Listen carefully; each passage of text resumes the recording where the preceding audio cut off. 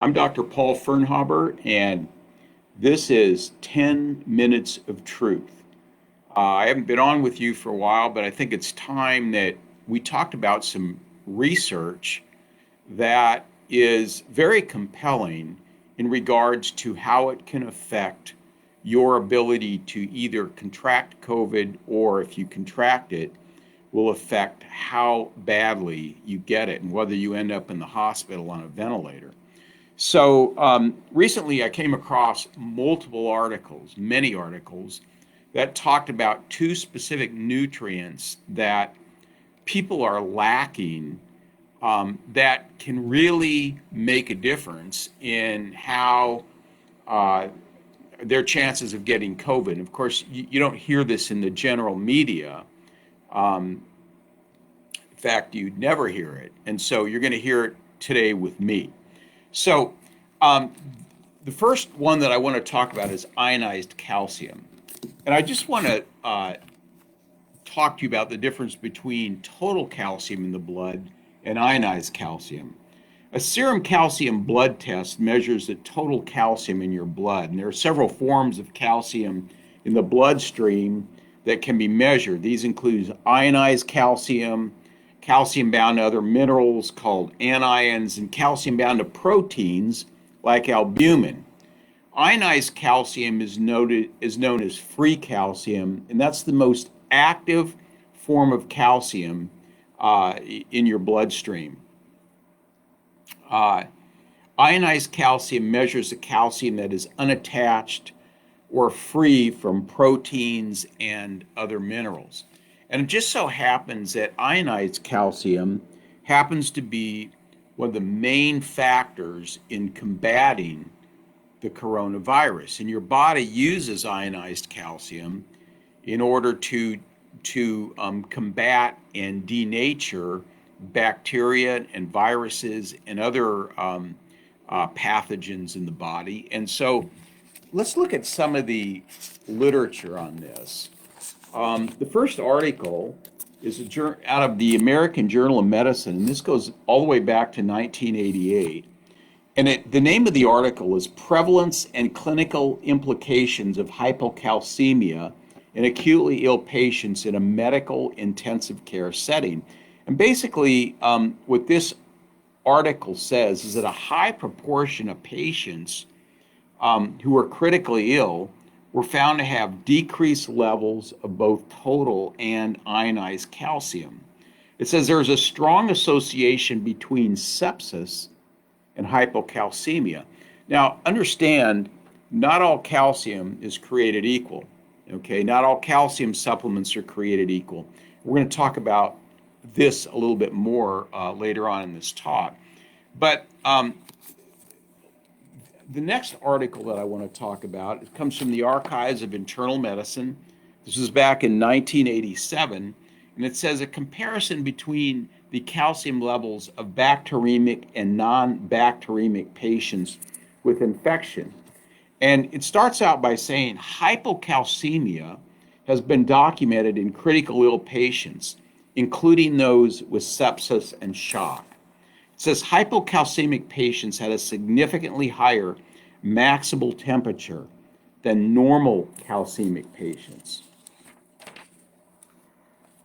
Here's one out of a journal, and it's called Low Serum Calcium Associated with Tuberculosis. Okay, let's look at viruses, though, because that's what we're in the middle of, is this pandemic of the COVID-19 virus. And so we want to look at some articles on that particular topic. So here's one out of the International Journal of Basic and Clinical Endocrinology. This came out in May this year, so May of 2020, so it's pretty current. And it says hypocalcemia is highly prevalent and predicts hospitalization in patients with COVID-19. Now that's very interesting. It says previous studies have reported that calcium played a central role in viral and replicative mechanisms of SARS, MERS, and Ebola virus.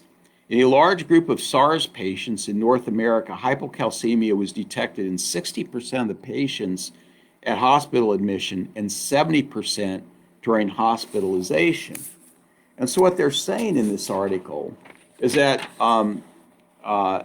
they found the same problems in people with COVID-19.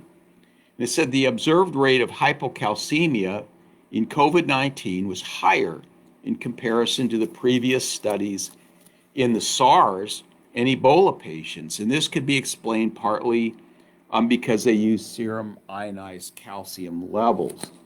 And so they also talked about low vitamin D in this article as being a problem with COVID patients. And this article says, in conclusion, since hypocalcemia is highly incident in COVID-19 patients and predicts a need for hospitalization, we suggest that ionized calcium should always be assessed at the initial hospital evaluation in order to identify more severe patients.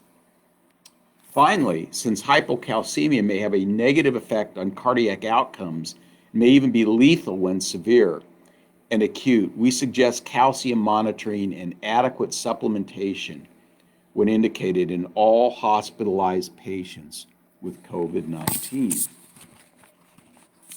Now, finally, we have another article that talks about how ionized calcium can be very, very powerful in defeating things like colorectal cancer, that people with colorectal cancer have lower levels of ionized calcium. It also says that the most ionizable calcium, and we know this to be true, is calcium lactate. And calcium lactate is also one of the more inexpensive forms of calcium, and it's the only kind of calcium that I carry really in my office, or one of the few that I carry in my office. Calcium lactate is very inexpensive, and it works extremely well in terms of ionizing in the bloodstream. And so I take calcium lactate every day myself. I don't take any other form of calcium. Calcium lactate ionizes faster than any other form of calcium. Calcium citrate would be next. But calcium citrate has to go through about 19 more steps than calcium lactate to ionize in the blood. Now, we test ionized calcium through a blood test, which is a fairly routine, fairly straightforward blood test. And ionized calcium is much different than total calcium. We're testing two different things.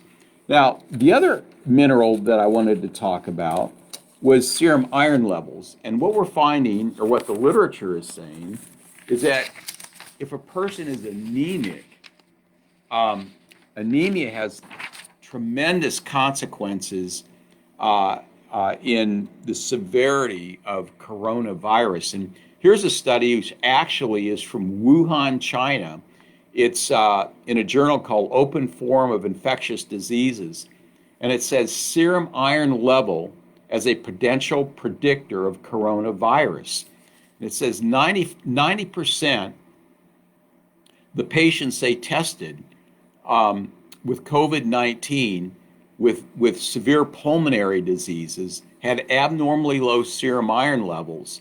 The severity of COVID-19 was negatively correlated with serum iron levels before and after treatment, and was positively correlated with C-reactive protein, which is a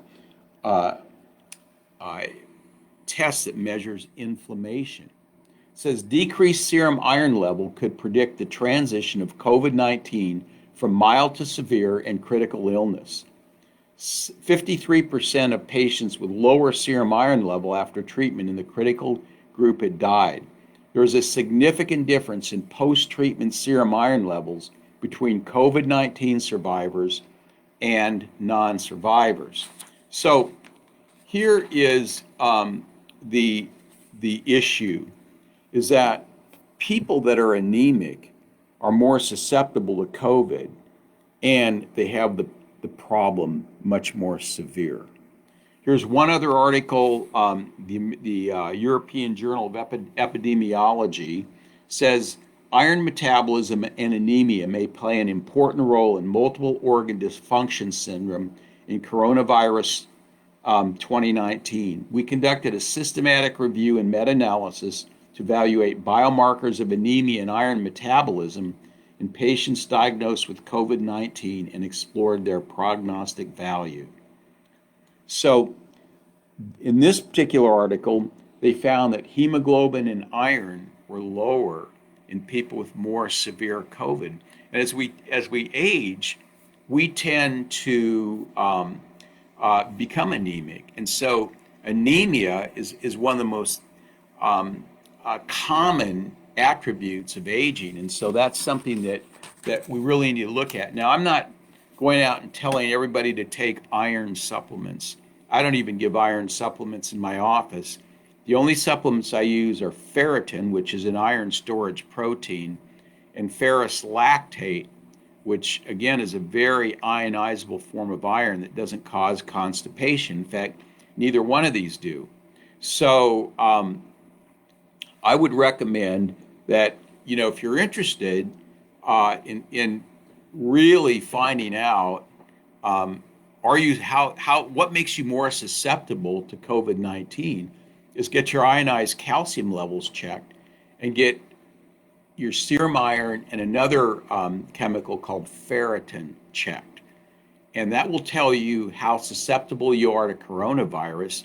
And then you can even take as a more prophylactic method of keeping it at bay, calcium lactate on a regular basis. And that's what I take. I would not recommend really any other form of calcium. Well, I hope that you've gotten something out of this 10 minutes of truth. It's actually gone a little over today. I will do another video soon. I have some other things that I want to talk about. Hope you guys are staying healthy. This is Dr. Firnhaber here in Lincoln, Nebraska. God bless you, and I will see you again soon.